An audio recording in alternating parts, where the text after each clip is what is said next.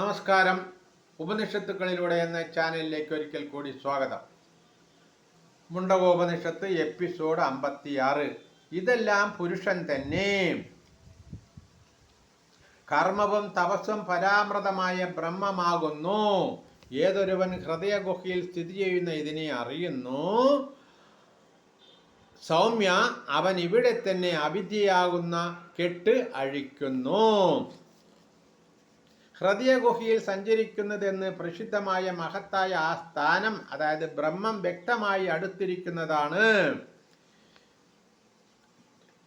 ചലിക്കുന്നതായും ശ്വസിക്കുന്നതായും കണ്ണടച്ച് തുറക്കുന്നതായും യാതൊന്നുണ്ടോ? ഇതെല്ലാം ഇതിൽ സമർപ്പിക്കപ്പെട്ടിരിക്കുന്നു. സത്തും അസത്തും വരണീയവും പ്രജകളുടെ വിജ്ഞാനത്തിൽ നിന്ന് അപ്പുറത്തുള്ളതും ശ്രേഷ്ഠവുമായ ഇതിനെ അറിയുക. യാതൊന്ന് കോശമയമാണ്, യാതൊന്ന് അണുക്കളേക്കാൾ അണുവാണ്, ആ യാതൊന്നിൽ ലോകങ്ങളിൽ ലോകത്തിലുള്ളവരും സ്ഥിതി ചെയ്യുന്നു. ഇതാണ് നാശരഹിതമായ ബ്രഹ്മം. അത് പ്രാണനാകുന്നു. വാക്കും മനസ്സും അതാകുന്നു. ഇത് സത്യമാകുന്നു. അത് അമൃതമാകുന്നു. അത് വേദിക്കപ്പെടേണ്ടതാണ്. സൗമ്യ, അതിൽ മനസ്സ് ഏകാഗ്രമാക്കുന്നു.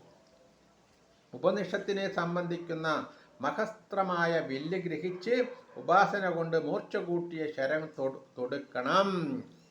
സൗമ്യ, വലിച്ച് ബ്രഹ്മഭാവം പ്രാപിച്ച മനസ്സുകൊണ്ട് അക്ഷരബ്രഹ്മം തന്നെയാകുന്ന ആ ലക്ഷ്യത്തെ മുറിക്കുക.